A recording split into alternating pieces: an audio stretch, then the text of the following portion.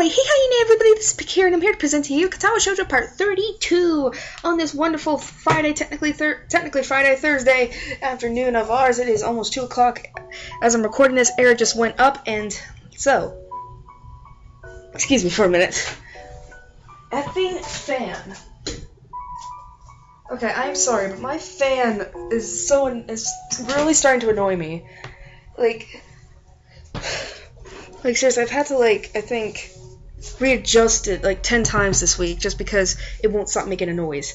Anyway, but what happened last time on Katawa Shoujo was that a lot of shit happened. I want to say we... what's the word I'm looking for? Well, I know we started on Act 3. Oh yeah, we kind of had a heart flutter, which is so stupid, because it's why do we need to have a heart flutter right now, around Lily, Emmy, Rin, and Hanako? They're gonna be worried and shit. Another thing was that we sent off Akira and Lily to Scotland. We sended them off, so now they're in Scotland for a good time, and I don't know how long though. So yeah, let's get started.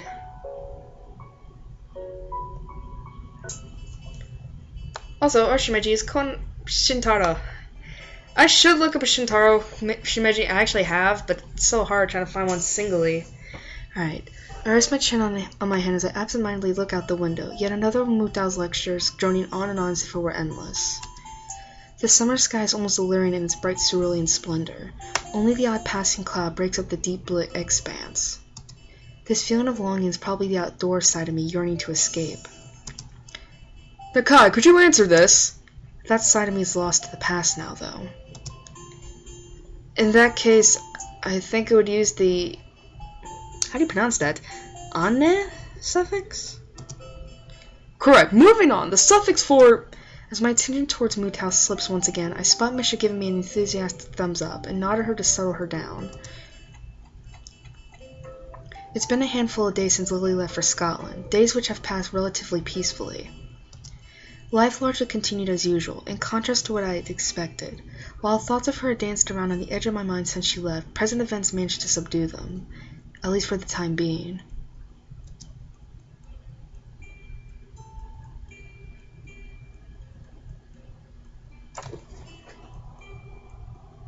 Sorry, I need to hear this. Give me a minute. Okay. So here I am thinking there's no music and it's barely playing. So I find myself idly chatting with Hanako as usual when lunchtime finally rolls by. Are the later ones in the series good as well?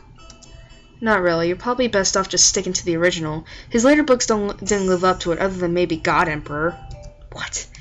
Thanks. I wasn't really sure if... Aw, fuck me. As Hanako steps to the side, I see Shizune stride up in her typically businesslike manner, flanked by an ever-present bright-haired shadow. Try as I might, I can't read any hint of their intent from their faces. Shizune's poker face and Misha's seemingly boundless cheerfulness are a devilish combination. Morning, Shizune. Misha. Hi. I accentuate the greeting with a nod to Shizune in order to get the point across. She promptly and curtly returns the gesture to both of us. It's been a long while since I've really talked to either of them. For a while I thought they might be avoiding me, but I eventually came to the conclusion that Shizune isn't really the type to do so. ... Morning! She chances that Mutao wants to see you sometime! Because of the statement, my face contorts as if I'd just eaten spoiled food, giving Misha no end of amusement. Anyone think you were in trouble, Chan? ... You may not be aware of it, but you have the least to worry about out of anyone in the class! What an unexpected vote of confidence. Even Hanako nods hesitantly to affirm the point. Thanks, I'll keep that in mind. There was something I wanted to ask you, though. ... And what might that be, Chan? I have a feeling this won't go over well, but here goes. Is there any reason why you and Lily don't get along? It seems like even a little civility would help you both in your duties. Of course she gets pissed! Shizune's cold stare after Misha happily signs the word stops me in my tracks. In hindsight, I really could have worded that better. Uh-oh. And Hanako's like, okay, I'm gonna move. Out of the corner of my eye, I'm sure I see Hanako move back. Just a little. Thankfully, Shizune notices this and lets her tempo dissipate. She forcefully runs her hand through her hair to let off steam. Perfectly on cue, Misha begins interpreting the second Shizune's arms begin to move. ... I would say that such matters aren't relevant to you, but since you seem to have befriended Lily... She pauses to adjust her glasses, evidently attempting to articulate her point in the best possible manner. ... Well, I assume the same of her. I cannot call my own views on the matter unbiased. Suffice to say, we were closer before than we are now.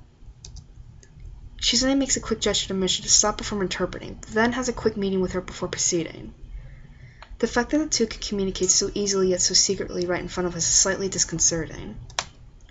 Hanako seems to share my curiosity at the proceedings, looking on with thinly masked interest. As they finish their opaque conversation, Misha looks slightly deflated. I guess her opinion on the matter wasn't followed. She chances she asked Lily about it. She doesn't want to be the one that gets you involved. Oh, well. Damn it.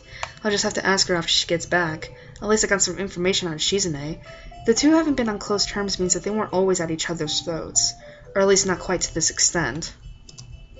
I understand. Thanks anyway. Alright. With a nod and a farewell, the two break away and walk out the door, no doubt headed straight for the student council room. Could have gone worse, I suppose. Hanako lets out a long breath, relieved at the confrontation's resolution. I can't say I blame her. I'll see you later then? Yeah, I'll meet you in the tea room. See ya. With that, she waves and joins the trickle of students leaving the classroom. Nakai, could I speak with you for a moment? Oh, God. Delivered in his typical monotone manner. There we go, not matter. He apparently decided that I need a reminder to see him already. Eventually, I finished packing up my things. By the time I reach his desk, the classroom is close to empty. Yes, sir? He looks up, taking measure of my face before giving an awkward, rather obviously acted chuckle. No need to feel guilty. You're not in any trouble. I just want to ask you something I've asked a few of the other students so far. That's something, at least. For a moment, I thought my maxim of keeping my head down and pen up had failed me. So, what did you want to talk about? To start with, what do you think of your progress in this class so far? Good? Bad? I detest that kind of question. For a fair amount of time, I try to think of a response that is neither pathetically humble nor cocky. I'd say I'm doing okay. The work doesn't seem too hard, but I'm doing better on the test than I thought I would. That's a good answer. A correct one, too. I give a mental sigh of relief at his satisfaction.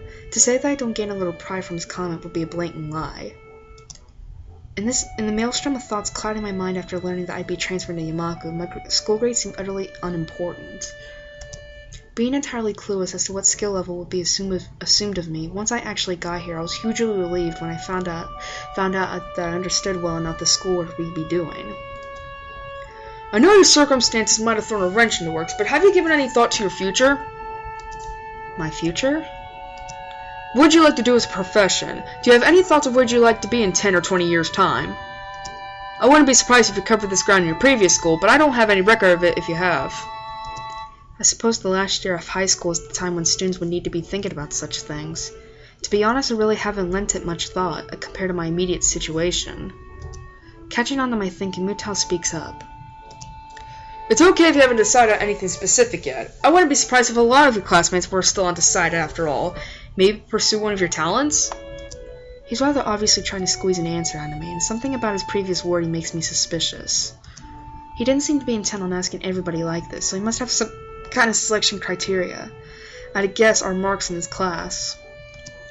Well, something in science might be the path of least resistance. His face brightens, no doubt pleased at the thought of a prize student following his subject as a career path. Good. Having a general idea is the first step. I would advise you to think on it, though. I will. Things are kind of settling down, which will help. Good to hear. Oh, and I've noticed that Ikezawa's attendance and marks have improved since you came to be friends. I'd like to thank you for that. I'm surprised you noticed we knew each other. He gives a chuckle as awkward as a smile. This guy really has no idea how to properly act around others. Every facial movement seems like an act of careful but misdirected choreography. You can say that having a general idea of who knows whom's a part of a teacher's job. Catching himself before he goes off on a tangent, he loudly coughs into his hand. I'm sure you have things to do, though, so I'll stop there. Please do think about where you're headed from here, as you don't have long to go before you finish high school. I will. Thanks. The brief talk ended. I take my leave. He goes back to fussing with the teaching materials on his desk. This is one of the times I'm envious of Lily, almost maddeningly so. To have one's future so clear and so assured, yet working towards it from such a young age. It's an idea so utterly irreconcilable with my own thoughts, mired in the present day just as if they have always been.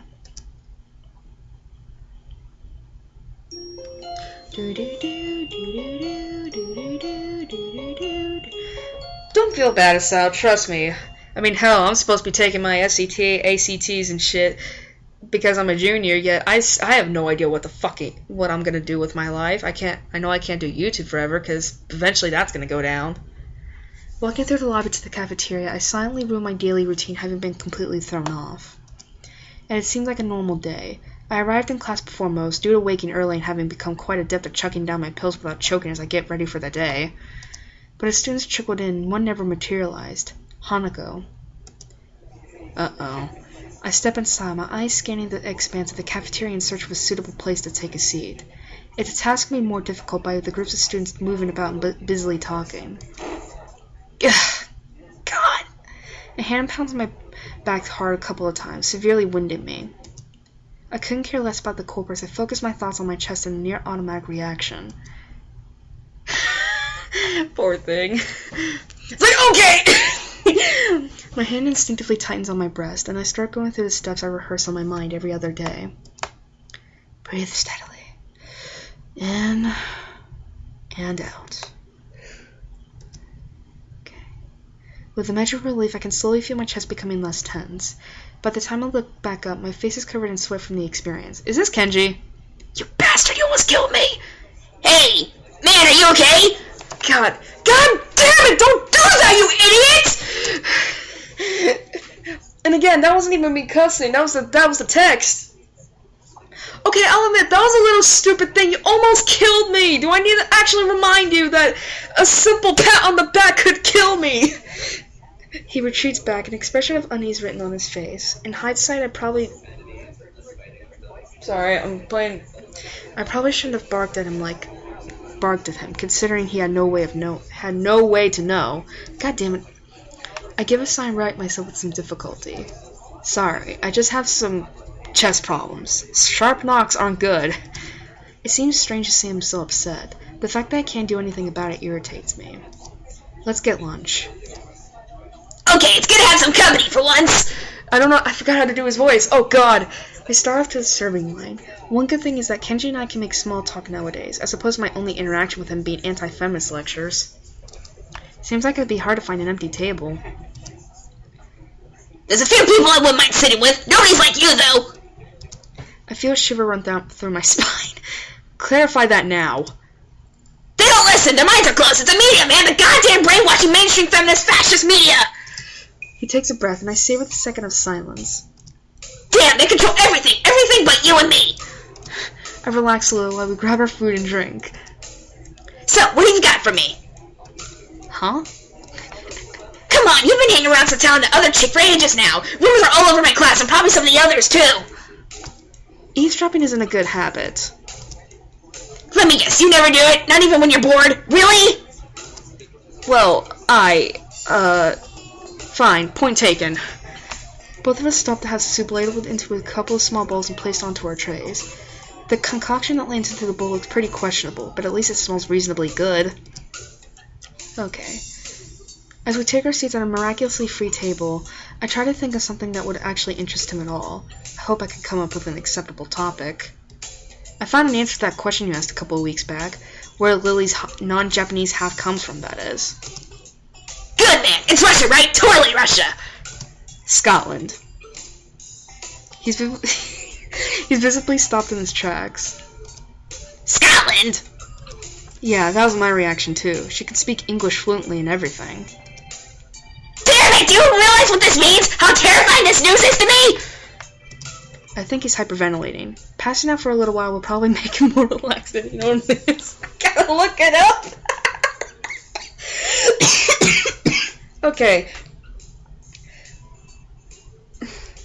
That's music player. I need pictures. Man, I bet so. I mean, why do I still have. Oh, here we go. Okay. Ignores insane ramblings? Really? I don't want to. Alright. I dig into my food, hoping he'll take the hint from my silence. I just lost 1,000 yen, man! 1,000 yen! Damn, this is the worst day ever! No such luck. You're kidding me. You made a bet about her nationality? One of the dudes in my class was bugging me about it. I gave him some money wisdom and he had the audacity to say my logic was wrong. So what did he think? Germany or something. It doesn't matter. What matters is my 1,000 yen! Damn, this thing is ruined thanks to her! What a bitch! He looks utterly devastated as he wolfs down several clumps of his soggy soy-soaked rice. It only takes a few mouthfuls before he pokes his chopsticks at me, stabbing the air repeatedly in revelation. Why? Oh my god! Why did I know it's such a loserous thing just to like laugh at my own shit, but god damn it. The way I was making him say that was so nasty. Alright. Didn't your mother ever tell you not to speak with your mouth full? He gives me a dirty look before choking down the rest of the food left in his mouth and taking a gulp of juice. It's rather unsightly. Remembering my own food sitting in front of me, I decided to get the task of eating the cafeteria food over and done with as fast as possible. The sooner I do so, the sooner the experience will be over.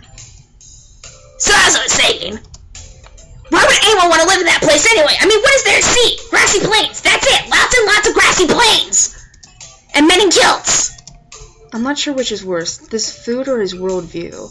I could feel my face being dragged down by the combined weight. Not that he'd notice, or care. It's not that bad. Why do you care about her so much anyway? She's just your class representative, after all. He gives a malevolent chuckle. Were this anyone but Kenji, I'd feel uneasy at how he sounds. I finally found the chink of the Feminist Legion's armor! It took a while, but I'm confident that this is going to be how we can bring down the whole system. I'm about to blow your mind! Are you ready? I tune out his rambling for a moment as I finish my rice and start on the unappetizing soup. One taste is enough to confirm that it's cold. Ready as I'll ever be. I confirm that Lily is in the Mafia. What? Literally, what? Okay, alright, stay with me for a second here and I'll describe the scene.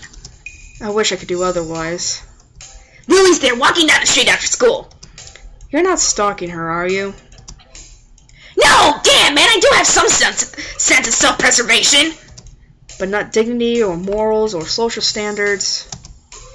Anyway, as I was saying, this car pulls up next door and guess who steps out? A man in a pinstripe suit. Waves her in and then the two leave just like that. I tell you, man, she's under protection. Under protection! A man in a... Oh. I can see where this is going now. It takes effort not to sign exasperation. He saw Kira! Let me guess, this man was about average height, had slightly slender build, had blonde hair, looked forward, and smiled a lot. He looks positively stunned. I take advantage of the moment of quiet to quickly gulp down a mouthful of cold soup. It seems you're more observant than I thought! Yes, I've chosen well! He giggles a little and nods to himself so dramatically that it looks comical. I can't tell whether that's intentional or not, and that fact makes me frown. This has important ramifications, you know. If she really is connected to people like them, and we're smart about what we do with this information, we could turn this into our greatest weapon against the student council! Once he starts rambling into conspiracy territory, my juice suddenly becomes of much more importance. Only half listening to his pontifications, my mind drifts to the matter of Lily and her antipathy for Shizune. The past between them is steadily becoming more coherent, but I'm not even sure if I should be learning of her past this way. Indeed, even if I do work out what went on, it really doesn't seem like my business to go and interfere. Damn, not having Lily around is making my thoughts wander. I'm noticeably more bored and sullen without her company, and the same goes for Hanako. All we do during lunch anymore is eat and play chess. Come to think of it, I need to go check on Hanako after school, too. Considering her much improved attendance, I'm guessing she's come down with something. Oh, Nakai! I stop as I'm about to leave the classroom, turning on the ball of my heel of Mutao. He's holding out to me a couple of the worksheets we worked on during the day with his long, lanky arm. Would you mind giving these to Ikezawa? I normally ask one of the girls to do it, but I assume you'll be checking on her. For a moment, I briefly considered the possibility of that being more than an innocent prediction. I quickly discard the idea, though, as it's hard to think of him acting in such a Machiavellian way. It's not in his nature. Sure, no problem. Walking up the hallway of the girls' dormitory, several ideas of why Hanako's been absent float around my head. The most obvious of them is just a simple cold. That said, she may not even be sick at all. It's been almost a week since Lily left, and despite her at least appearing to be normal, I suspect she's somewhat more insecure about it than she's letting on. Eventually I come to Hanako's dormitory room, its simple brown doors separating us. Her room's position next to Lily's is extremely convenient, and probably a large contributor to their meeting in the first place. Grimacing slightly at the prospect of her being sick, I wrap my knuckles on the door. Silence. I listen intently for any second of shuffling coming from inside, but I can't hear a thing. I knock on the door again, slightly harder. Still no answer. How strange.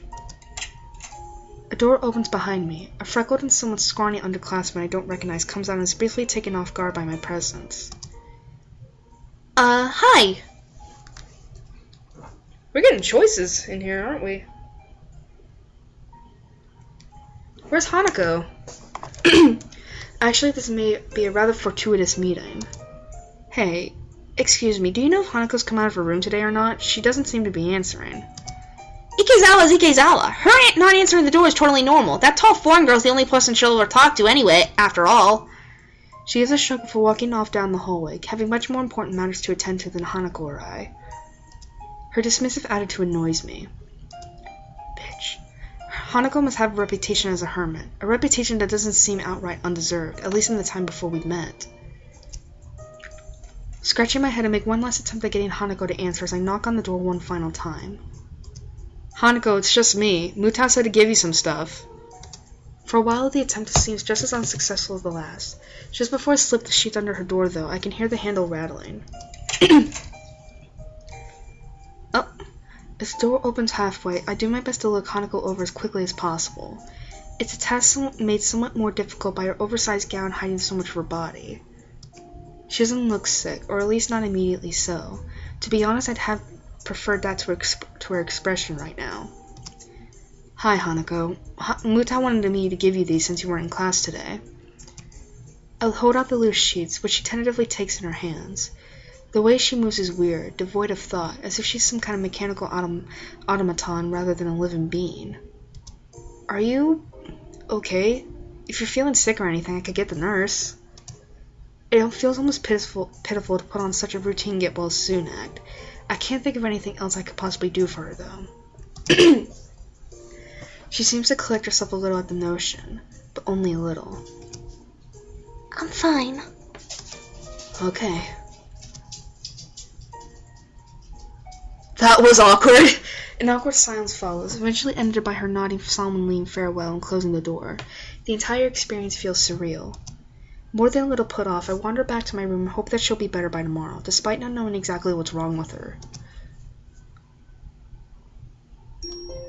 What the fuck? I heard like this weird horn going off, and I'm like thinking, who is what the, like, is that from the game, or? Alright. I want to keep going. Once again, I find myself in front of Hanako's door after another one of her unexplained absences from class. Hanako? Hanako? Nothing. Considering this is the second day in a row she's been like this, I'm starting to worry about her. Summoning my willpower, I decide to try one last way to get her to respond. Hanako, if you don't say anything, I'll go get the nurse for you. Go away! What? It's hard to tell whether her tone's one of depression, anger, or both. What in the world can I actually do to help her, if she doesn't even want help? Oh yeah, this music. Painful history. The message is clear enough. I can't just leave her like this, though, just sitting in a room for days on end. Rubbing my temples in thought, I withdraw to my own room to think about how to proceed. Rationality is what's needed here, as an overreaction may just make matters worse. I dig around drawer after drawer of my desk, looking for where I put that damn piece of paper. Before she left, Lily told me the number to call her while in Scotland, and I wrote it down. Now that I need it, though, the damn thing is... There we go, here.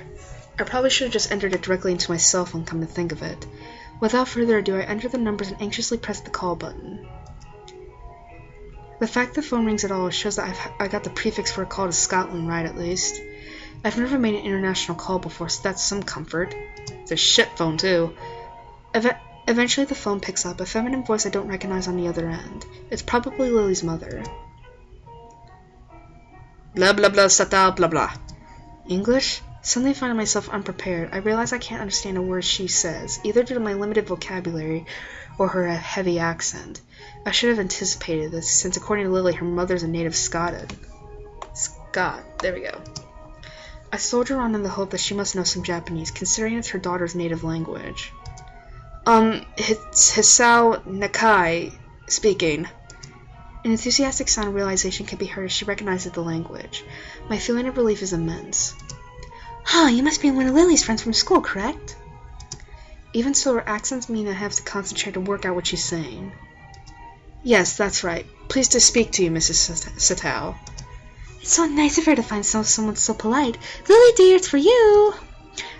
Her mother seems nice, if a little overenthusiastic given the mundane situation. There's a small silence as Lily takes her time getting to the phone. In the distance, I can just make out her mother scolding her playfully for just getting up. Hello, Lily speaking. You sound awful. She makes a sound somewhere between a dying animal and a yawn. The one thing I did remember to check before calling was the time zone. It'd be pretty late in the morning over there, so she really has no excuse. Not feeling well? Just tired. What time is it over there? Late afternoon. School finished for the day not long ago. You're really not a morning person, are you? I don't need you making fun of it as well. It takes me a measure of restraint not to laugh at her pain groan. Poor girl. Trust me, Lily, I'm the same. I suck at getting up in the mornings. How are you doing over there, then, bar the mornings? It's been enjoyable. After not meeting them for so long, just having a meal together with my parents is nice. Though the pool and the sheer size of the house might have something to do with that as well. Even if they're not in Japan, from the way it sounds, her family must be pretty wealthy to live so luxuriously. Are things alright with you and Hanako? Damn! I was hoping that wouldn't be brought up quite so quickly. I take a moment to try and sort out exactly how to describe the situation without causing her undue worry, but she picks up on that without a word being said. Hanako's not well, is she? How did you know? Because today is her birthday. I hope she might have gotten at least a little better after coming to know you, but... How is she right now? She missed school yesterday and seemed out of sorts when I checked up on her. Today she missed school again and just told me to go away. I've really got no idea what to make of it. Has this happened in the past? Is it related to her scarring in some way? Unfortunately so. Roughly the same thing happened last year when her birthday came up. As far as I can tell, it's because her parents died in the accident that caused her scarring, and Hanako blames herself for their deaths. What she says does seem to make sense. If she's blaming herself on her birthday, she may well be ruined that she was ever born. The fact that Lily seems so in the dark about it, though, almost to the extent that I am, is a surprise. So that's why she lives in the student dormitories as well. Has she told you any more about the accident? As close as we've come, she's barely told me anything about what happened. What I know about it is largely conjecture. She sounds depressed, almost defeated. Considering the trauma Hanako must have gone through, I really can't fault Lily for not knowing. Nevertheless, she still seems to consider it a personal failing. Don't blame yourself, Lily, with everything she's gone through. I know. Thank you, Asao. I'm sorry I can't be of more help to you. It's fine. I'll just give it some more thought. Thanks, and have a good time in Scotland.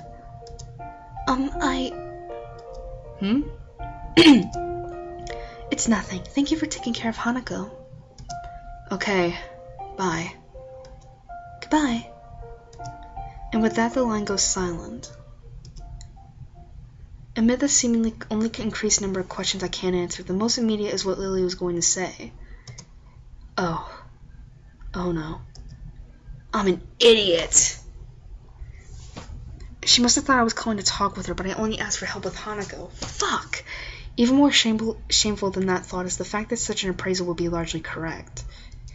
Well, first things first. For now I need to at least sort out Hanako and make sure that she's actually eating okay. The occasional passing students give badly hidden glances at the plate of food I carry to the female dormitories. It's hardly a meal to be proud of, only being an instant microwave meal from the convenience store, but it should at least fill her up. Eventually I arrive outside of her room, after having to ward off a couple of girls who jokingly tried to pilfer the food I'd taken so long to procure. I decided to forego knocking, since it was proven to be an utterly useless measure, and it's somewhat difficult to do with my hands full. Hanako, it's Asao. I know you're listening. I got some food for you. Silence, as I expected. I'll leave it beside your door. Please eat it at least, okay? There, I've said my piece. Now it's up to her. Putting the plate down, I walk back to my own room to eat my dinner. And we're back here. By the time I return to Hanako's dormitory, a good hour has passed. Thankfully, there isn't anything to be seen beside her door. I walk back at least somewhat happier that she's eating. If she intends to get through this by herself, then being able to help, even if it's just in such a small way, is at least something. Sweet.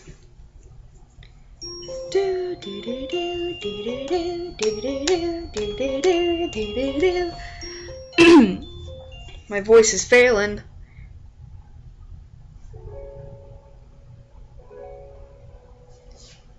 Okay, we could stop here. I mean, my voice is failing me, basically.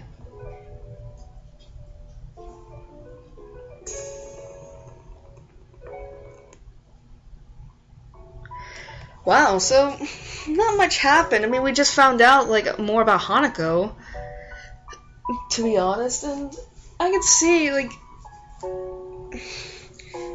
it's like, to know that, you know, she's depressed on her birthday, and considering that her birthday has something to do with her scarring, or scars, I should say, and apparently her parents' death and all that, it's kind of depressing. Of course, we're not going to be able to find out, I think, more about it until we're on her path, which I think I might as well just let it say right now, I'm not going to do another straw poll, because basically, there's a certain way I want to go about this game, and I already did Rin's path. You know, because I'm basically doing the paths in terms of popularity, of how popular the girls are. Hanako and Emi are the two most popular ones. Shizune and Lily are slowly getting up there, while Rin is just left in the dust, which is why I did Rin's first, so that people can appreciate her more. So yeah, after Lily's path is done, Shizune, Emi, and then Hanako, because Hanako I think is apparently the most popular one to date, and yeah. So that was Katawa Shoujo part 30. I forgot what part this was. I think it was part 31. But yeah, so Pokemon Platinum. Yeah, that's Platinum. We're gonna be doing some lake shit. We're probably gonna try and stop Team Galactic from doing something to the lakes. I don't know what caused it actually, but yeah. So thanks for watching, and Pokemon Platinum will be up later that Friday. So see ya.